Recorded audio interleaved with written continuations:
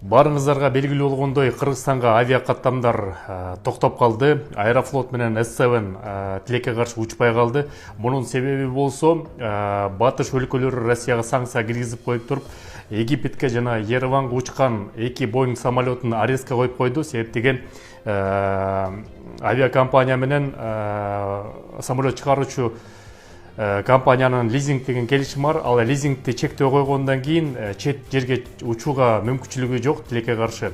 Ошол себептен азыркы учурда Кыргызстандын өкмөтү сүйлөшүүлөрдү жүргүзүп жатат. Балким Кыргызстандын авиалиниясын, авиатрафиктин каттамдарын балким узартат.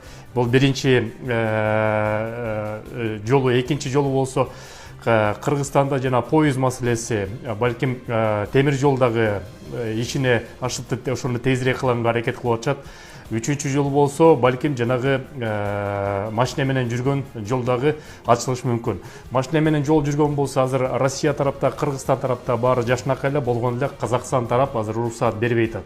Менин оюмча, азыр авиатрафик компаниясынын каттамдарын көбөйтөт, экинчиден темир жолун да ачат.